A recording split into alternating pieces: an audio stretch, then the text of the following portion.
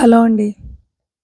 ఈరోజు ఈ వీడియోలో నేను మొక్కలు, వాటిలో ఉండే కలుపు, అవి అంటే ఆ కలుపు తీయడం లేదా మొక్కలను పెంచడం వీటి ద్వారా మన లైఫ్‌కి ఏదన్నా లెసన్ ఉందా అన్నది ఈరోజు వీడియోలో చెప్పాలనుకుంటున్నాను.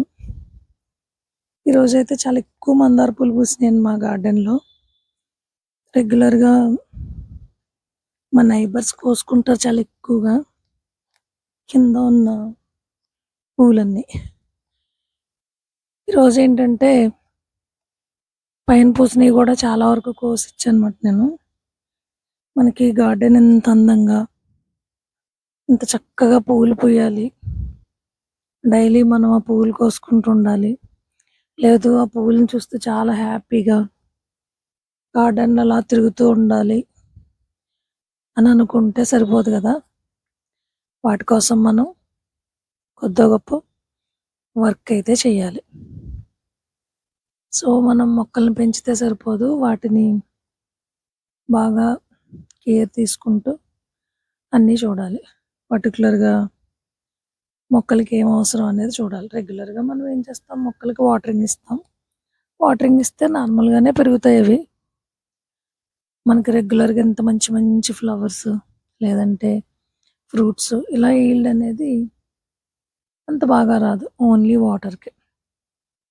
అయితే కొన్ని మొక్కలైతే మనం పట్టించుకున్నా, పట్టించుకోకపోయినా గూడా వాటి ఒరిజినల్ క్యారెక్టర్ అంటే ఒరిజినాలిటీ అంటాం గదండీ! సహజ సిద్ధంగానే అవి అలా ఉంటాయి. మన గోవర్ధన పూలుంటాయి చూసారా వైట్‌వవి. అలానే ఒంటిరెక్క, మందారాలు ఇలాంటివి మనం నేల మీదేసినప్పుడు 1 ఆర్ 2 డేస్ మనం వాటర్ ఇవ్వకపోయినా గూడా అవి నేచురల్‌గా అలా ఫ్లవర్స్ ఇస్తూనే ఉంటాయి. అదే మొక్కలు కుండీలో ఉంటే వాడిపోతాయి. సో, సేమ్ ప్లాంట్స్ అయినా వాటిని ట్రీట్ చేసే దాంట్లో చాలా డిఫరెన్స్ అనేది ఉంటది. మందారాలైనా, గులాబీలైనా, కనకాంబరాలైనా ఏమైనా. కొన్ని సీజనల్‌గా మంచిగా పూస్తాయి. కొన్ని అన్ సీజన్‌లో గూడా పూస్తాయి. కొన్ని ఎప్పుడూ పూస్తాయి. కదండీ! ఇది నేచురల్ ప్రాసెస్ ఇదంతా. సో, మనం మొక్కలకి నీళ్ళతో పాటు ఏం చేస్తాం, అనవసరమైన కొమ్మల్ని కట్ చేస్తాం. ఎండు కొమ్మలు తీసేయాలి. నెక్స్ట్ మంచిగా వాటరింగ్ చేయాలి. ఆ తర్వాత వాటికి ఫుడ్ ఇవ్వాలి. వీటితో పాటుగా మొక్కలతో పాటు పెరిగే కలుపు మొక్కల్ని తీసేయాలి. మనం అలా కలుపు మొక్కలు తీయకపోతే ఒరిజినల్‌గా మనం ప్లాంటేషన్ చేసుకున్న ప్లాంట్స్ కంటే గూడా అవి స్ట్రాంగ్‌గా పెరుగుతాయి. అంతేకాదు మన ఒరిజినల్ ప్లాంట్స్ నుంచి మనకు కావాల్సినవి అంత బాగా రావు. అవి పువ్వులైనా, పళ్ళైనా కదా! సో, ఈ కలుపు మొక్కల్ని మనం ఎప్పటికప్పుడు తీయకపోతే చాలా చాలా కష్టం మొక్కలు పెరగడం, బలంగా పెరగడం కదా! ఈ మొక్కలకి ఆర్గానిక్ ఫుడ్ ఇస్తున్నామా, ఇనార్గానిక్ ఫుడ్ ఇస్తున్నామా అన్నది పక్కన పెడితే ఎవరి వీలుని బట్టి వాళ్ళు చేస్తారు. అంతే కదా! సో, నేను నాకు తెలిసిన పద్ధతిలో ఈ కిచెన్ వేస్ట్‌ని కంపోస్ట్‌గా తయారు చేసుకోవడం. లేదంటే అప్పుడప్పుడు ఫ్రూట్స్ తిన్నప్పుడు వాటి పీల్స్ ఏవైతే ఉంటాయో వాటిని మొక్కలకివ్వడం ఇలా చేస్తాం. మనం వన్స్ ఒకసారి బనానా పీల్స్ ఇవ్వడం నేర్చుకున్నాం అనుకుందాం. అవి మొక్కలు మొదట్లో వేసామనుకోండి, అది నేల మీద ఉన్న మొక్కలైతే పందికొక్కులవి వచ్చేస్తాయి. మేడ మీద పెట్టినా కూడా వస్తాయి టెర్రస్‌లో అయినా. సో, అందుకనే మనం ఏం చేస్తాం డైరెక్ట్ ఇవ్వకుండా వాటిని వాటర్‌లో సోక్ చేసి ఆ తర్వాత ప్లాంట్స్‌కిస్తాం. అలా ఇచ్చిన తర్వాత మనం వాటిలో వచ్చిన చేంజ్ చూసి, సో, ఇది బాగా పనిచేసింది అని తెలుసుకొని, సో, మనం దాన్ని కంటిన్యూ చేస్తాం. అంతే కదా! నేనైతే అంతే. అలానే చేశాను. తర్వాత కొన్ని కొన్ని తెలుసుకోవడం, కొన్ని చూడడం, కొన్ని వినడం, ఇలాంటి వాటి వల్ల కూడా మనం చాలా వరకు చేంజెస్ అనేవి చేసుకుంటాం. సో, నేను ఈ బనానా పీల్స్‌ని ఓన్లీ లిక్విడ్ ఫెర్టిలైజరే కాదు, వాటిని మనం డ్రై చేసి ఆ పౌడర్‌ని కూడా ప్లాంట్స్‌కి ఇవ్వచ్చు అని తెలిసింది. సో, మళ్ళీ ఆ మెథడ్‌ని ఫాలో అవ్వడం స్టార్ట్ చేశాను. ఇదంతా ఎందుకు చెప్తున్నానంటే, మనం మొక్కలు పెంచేటప్పుడు ఇవన్నీ ఒక్క రోజులో అంటే సింగిల్ డేలో తెలుసుకున్నవి కాదు. కొన్ని ఆల్రెడీ మనకంటే ముందు మొక్కలు పెంచిన వాళ్ళు చెప్తారు. కొన్ని మనం తెలుసుకుంటాం. ఇప్పుడు సోర్స్ చాలా ఎక్కువ ఉంది గదా మనకి. సో, ఆ సోర్సెస్ నుంచి చాలా తెలుసుకున్నాం. ఇది నేను ఎందుకు చెప్తున్నానంటే, పిల్లలకి ఈరోజు ఈరోజంటే హనుమాన్ జయంతి రోజు చేస్తున్నాను నేను ఈ వీడియో. అంటే ఈరోజు మార్నింగ్ అంతా చూసిన తర్వాత నేను విన్నవి. అయితే కొంచెం ఎక్కువ మార్క్స్ వచ్చిన పిల్లలకి ఇప్పుడు కార్పొరేట్ కాలేజెస్‌లో ఏం చేస్తారు జాయిన్ అయ్యేటప్పుడు ఫీజ్ కన్సెషన్ అనేది ఇస్తారు కదండీ! వాటికి మార్కింగ్ గూడా చేశారు. ఇన్ని మార్క్స్ వస్తే ఇంత ఫీజు, ఇంతైతే ఇంత. ఇలా ఉన్నప్పుడు బయట డిస్కస్ చేసుకుంటారు గదా! లేదు ఎవరైనా నైబర్స్ ఇద్దరు పిల్లల్ని తీసుకొచ్చినప్పుడు వాళ్ళ మార్క్స్‌లో వేరియేషన్ ఉంటుంది గదా! అలా వేరియేషన్స్ ఉన్నప్పుడు వాళ్ళేంటంటే, చూడు మార్క్స్ ఎక్కువ రాబట్టి ఇన్ని థౌజండ్స్ తగ్గాయి. నేనైతే పూర్తిగా కట్టాల్సొచ్చింది. ఇలా అన్నమాట. ఇలాంటి కన్వర్జేషన్స్ అన్నీ నేను విన్నాను. ఎప్పుడూ వింటాను. కానీ నాకెందుకనో ఈసారి చాలా అది వింటున్నప్పుడు నాకేదోలా అనిపించిందది. ఇప్పుడు అందరూ పెంచుతారు గార్డెన్స్ కదండీ! ఎవరి వీలుని బట్టి, ఎవరి ప్లేస్‌ని బట్టి, ఎవరి ఎకనామికల్ స్టేటస్‌ని బట్టి అలా కదా! మొక్కలు పెంచుతారు. కాస్ట్‌లీ ప్లాంట్స్ పెంచొచ్చు, నార్మల్ ప్లాంట్స్ పెంచొచ్చు. ఒక్కొక్కళ్ళు గార్డెన్‌లో చాలా ఎక్కువ పువ్వులు పూయొచ్చు. ఒక్కొక్కళ్ళు గార్డెన్‌లో పూయకపోవచ్చు.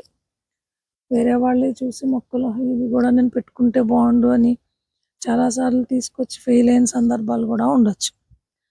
సో, అందరికీ అన్నీ ఒకేలా జరుగుతాయని కాదు గదా!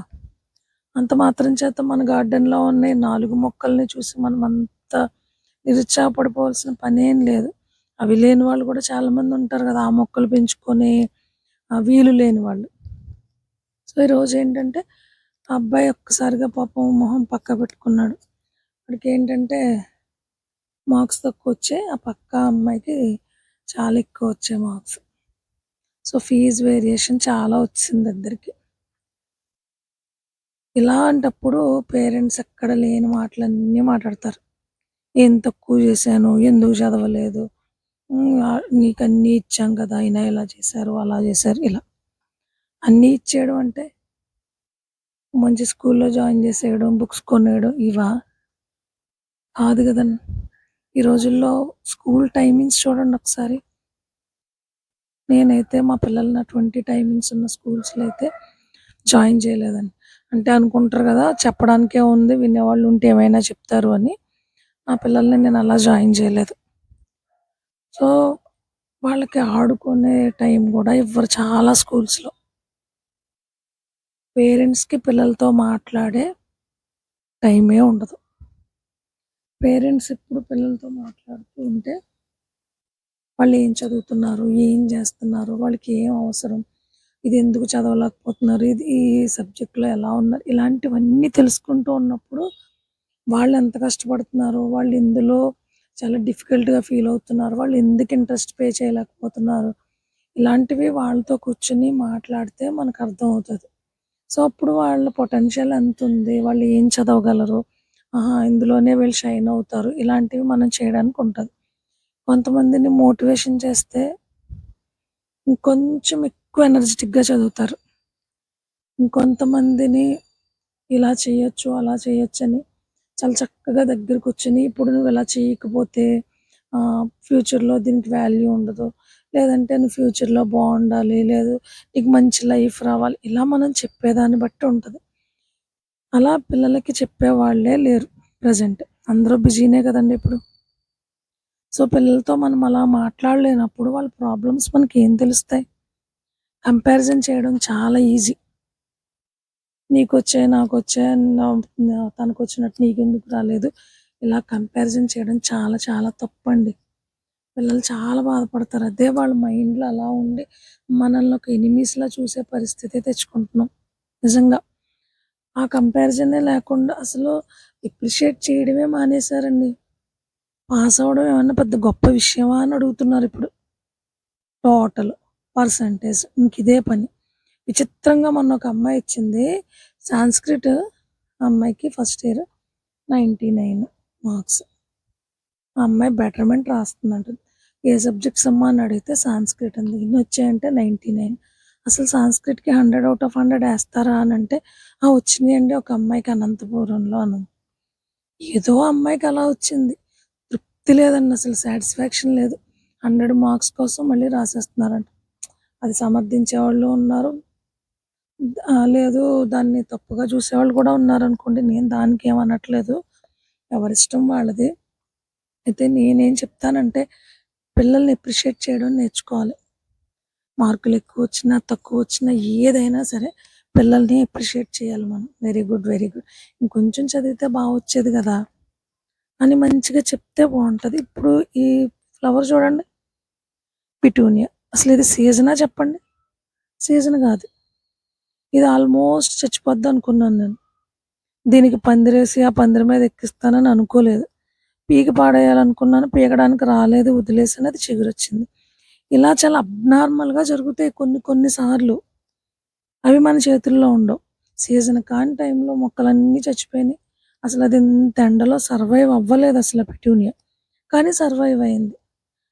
అవి ఎప్పుడో చాలా రేర్ థింగ్స్. వాటికి మనకి రీజన్స్ ఉండవు. వాటిని మనం డిస్క్రైబ్ చేయలేము. అలా కొన్ని కొన్ని సార్లు జరుగుతాయి. అలా కొన్ని కొన్ని సార్లు ప్రతి ఒక్కళ్ళ లైఫ్‌లోనూ ఉంటది. ఒకళ్ళకి 10థ్‌లో ఉండొచ్చు. ఒకళ్ళకి ఇంటర్‌లో ఉండొచ్చు. ఇంకొకళ్ళకి జాబ్ వచ్చినప్పుడు ఉండొచ్చు. ఈ చెట్టుకి అసలు కాయలే కాయవన్నారు. కొట్టి పడేయమన్నారు. ఈ సంవత్సరం చూడండి ఎన్నొచ్చాయో దానికి. సో, మనం దేన్ని ప్రిడిక్ట్ చేయలేము. నా దగ్గర చదివిన ఒక అబ్బాయి ఉన్నాడు. 2014, 15 అప్పుడు బ్యాచ్. వాడిప్పుడు బెంగుళూరులో ఒక పెద్ద విల్లా కొనుక్కొని సెటిల్ అయ్యాడు. ఎందుకురా ఈ ఈసీ గ్రూపు అన్నారండి. ఆడు బీకామ్ చదివాడు. సో, ఏదో జాబ్‌కి సెలెక్ట్ అయ్యాడు. చక్కగా చదువుతున్నాడు. వాళ్ళ తమ్ముడు మ్యాథ్స్ బ్యాక్‌గ్రౌండ్‌తో చదివాడు. ఇదే ఊర్లో వాళ్ళ నాన్నగారి బిజినెస్‌ని ఆడు చూసుకుంటున్నాడు. అలా మనం దేన్ని ప్రిడిక్ట్ చేయలేము, చెప్పలేము. చూడండి ఎన్ని పూలు, నిన్న తీసిన వీడియోనే ఇది. ఇంత ఎండలో చూడండి అది ఎంత పూసేస్తుందో.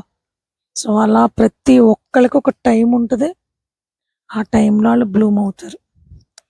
దయచేసి నా రిక్వెస్ట్ ఏంటంటే, పిల్లల్ని అప్రిషియేట్ చేయండి.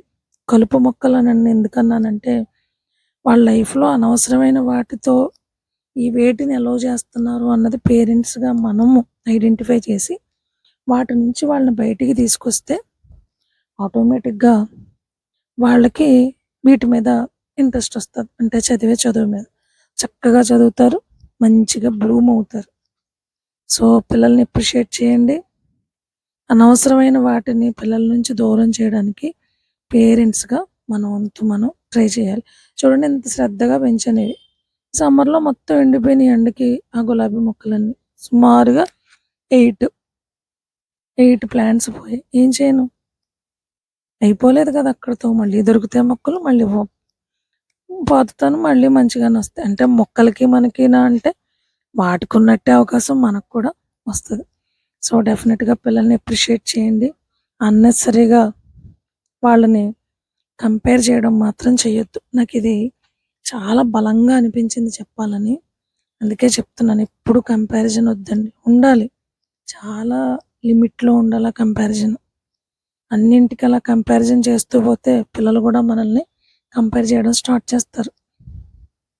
సో, అప్రిషియేట్ చేయండి. వాళ్ళ టైం వచ్చినప్పుడు బ్లూమ్ అవుతారు.